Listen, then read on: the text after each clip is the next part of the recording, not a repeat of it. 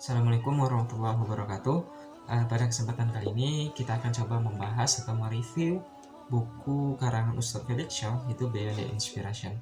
Dan ini buku yang sangat memberikan ikhtibar penjelasan pemahaman pelajaran kepada kita, karena di sini mengulas bagaimana sejarah, mengulas bagaimana permasalahan-permasalahan kehidupan ataupun aspek-aspek yang perlu kita dalami dalam kehidupan sehari-hari.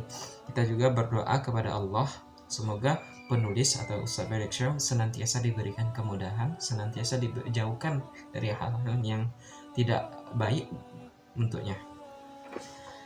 Mukadimahnya dijelaskan bahwasanya menjadi seorang muslim yang kafah itu tidak mudah. Ya, tentu saja tidak mudah, karena ketika kita menginginkan sesuatu, maka kita dihadapkan dengan sebuah proses. Nah, ketika kita menjalani proses, maka kita dihadapkan dengan permasalahan atau fakta yang tidak sesuai dengan arah jalannya ke tujuan kita.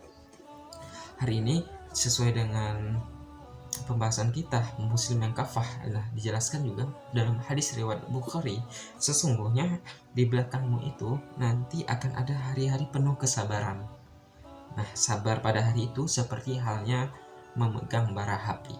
Nah, ketika kita berusaha menjadi seorang muslim yang kafah, berusaha menjadi seorang pribadi yang lebih baik, maka kita harus berproses dan bersabar.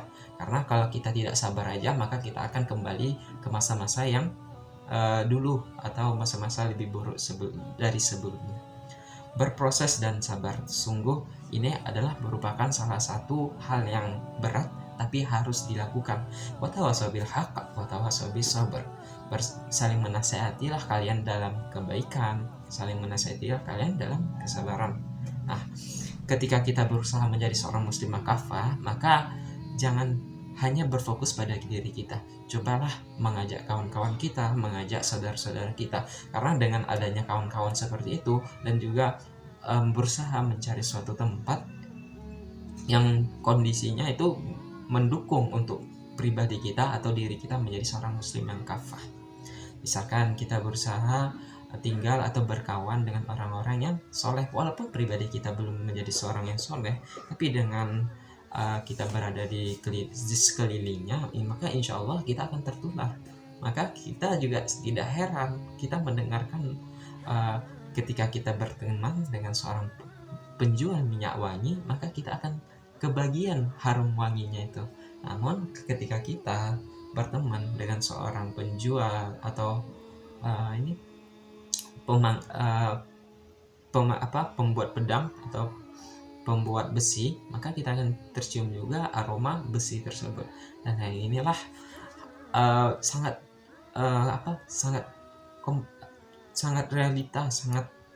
realita filosofi ini diterapkan dalam kehidupan kita. Ketika misalkan kita berteman dengan orang-orang yang malas sholat, maka tidak heran kita akan mulai malas melaksanakan sholat. Nah, ada juga suatu cerita yang disampaikan oleh Ustadz Zulkarnain. Nah, kisah itu dijelaskan bahwasanya ada seorang lima pemuda. Lima pemuda itu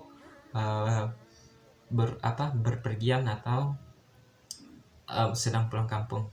Nah, di dalam perjalanan ketika waktu masuk sholat, satu pemuda ini berusaha untuk izin atau mau sholat, namun karena empat lainnya ini suka menunda-nunda sholat, suka tidak sholat, maka akan berdampak juga pada satu orang ini yang akan melaksanakan sholat. Jadi sholatnya akan tertunda. Jadi atau bahkan lebih parahnya sholatnya jadi tertinggal. Dan berbeda halnya ketika misalkan 4 orang yang berusaha ketika azan sudah masuk, mereka langsung melaksanakan sholat, maka otomatis satu orang yang ini maka mau tidak mau akan mengikuti yang 4 ini.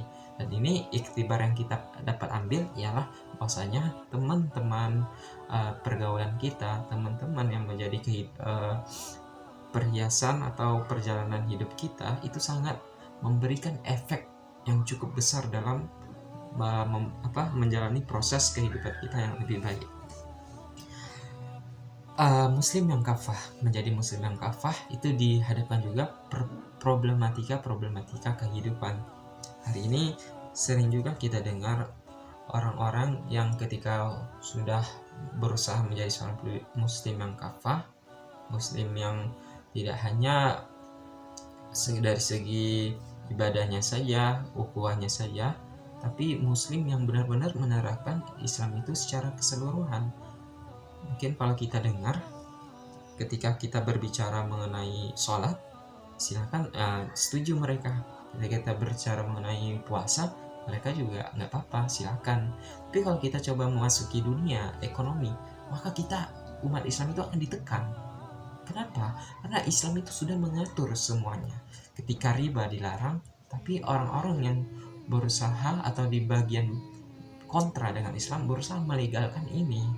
Dan inilah maka dari inilah yang menjadikan kenapa umat Islam harus mempelajari Islam, karena Islam tidak hanya sekedar ritual ibadah saja. Dan juga ketika Islam mengatur perpolitikan, itu juga umat Islam itu ditekan. Kenapa? Karena umat Islam itu sudah mengatur semuanya, sudah mengatur semua kehidupan, baik itu ekonomi, politik, dan tidak heran kenapa saat ini ketika umat Islam bersandi ekonomi ditekan, ketika umat Islam bersama politik ditekan. Tapi kalau kita ibadah-ibadah saja, maka itu adem-adem aja. Nah, kalau misalkan nih, andai kata Rasulullah Shallallahu Alaihi Wasallam itu tidak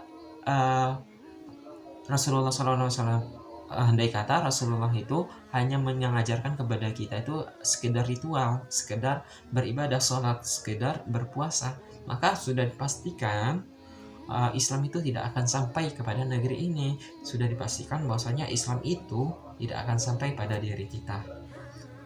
Namun kenyataannya dan faktanya, Rasulullah itu juga bermain politik. Rasulullah itu juga mengatur perekonomian.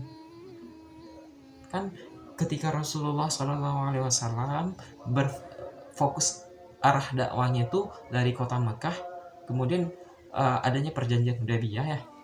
Nah, perjanjian itu Rasulullah mengambil keputusan untuk memfokuskan dakwahnya itu ke negeri-negeri di luar Mekah. Nah, seperti kerajaan Persia atau Imperium Romawi Persia.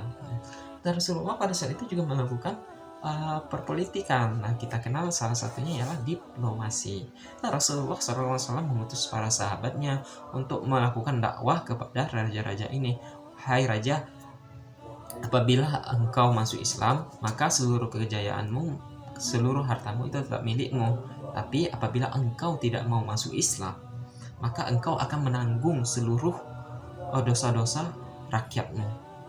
Karena apa? Seorang pemimpin itu menjadi seorang panutan. Makanya ada Rasulullah itu langsung ke pemimpinnya. Ketika pemimpinnya langsung masuk Islam, maka rakyatnya akan tunduk kepada pemimpinnya. Itulah. Namun Rasulullah juga mengirimkan kepada surat dakwahnya itu kepada Imperium Romawi. Nah, ini menarik.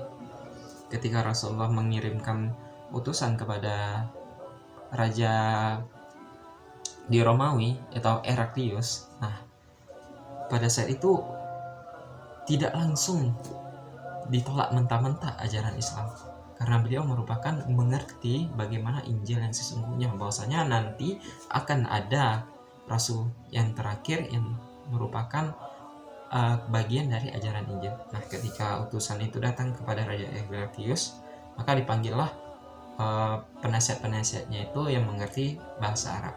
Nah, dicarilah jejak rekamnya. Ternyata memang benar, Rasul ini merupakan Rasul terakhir.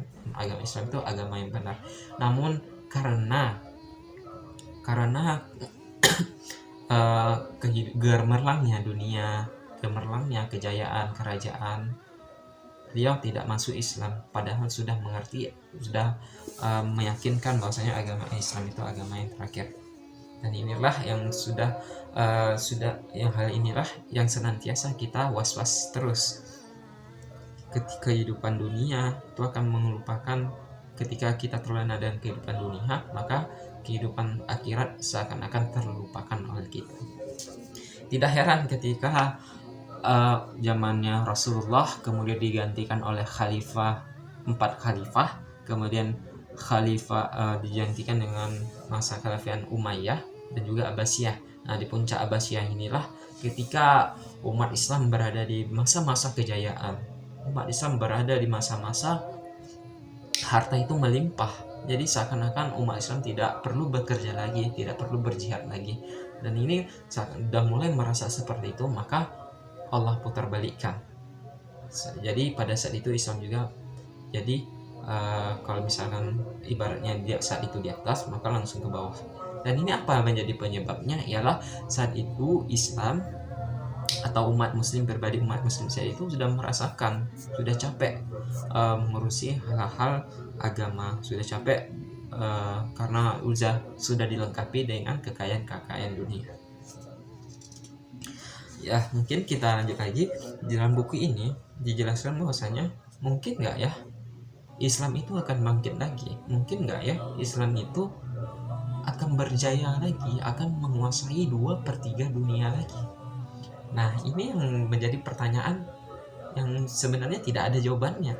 Kenapa kita harus bertanya mungkin nggak ya Islam itu akan bangkit lagi? Kenapa kita tidak berusaha? Kenapa kita tidak berusaha agar kita mempersiapkan dalam menyambut kejayaan Islam itu? Dan hari ini kalau kita berbicara mengenai kejayaan Islam itu kalau di Turki Utsmani. Nah, Turki Utsmani itu berdiri pada tahun dideklarasikan oleh Osman. Nah, Osman ini anaknya Ertugrul. Nah, Osman ini mendeklarasikan Turki Utsmani itu pada tahun 1299 atau menjelang abad 13. Nah, ada hal menarik yang dapat kita pelajari dari dalam rangka mempersiapkan kejayaan Islam. Di antaranya ialah pesan yang disampaikan oleh ayahnya Osman, yaitu Ertugrul. Apa yang disampaikan beliau?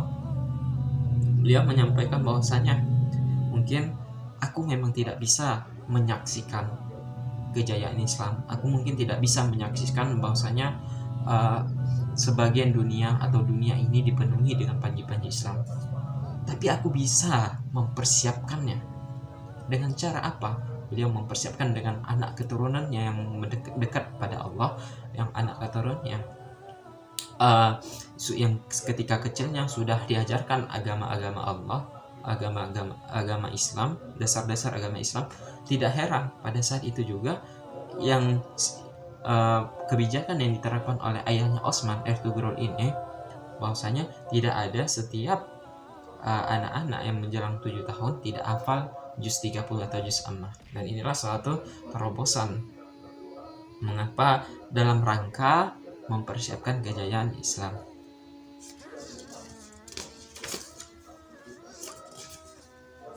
Nah, mungkin sekian saja penjelasan singkat mengenai buku The Bad Inspiration. Nah, buku ini juga masih membahas di mukadimahnya ya.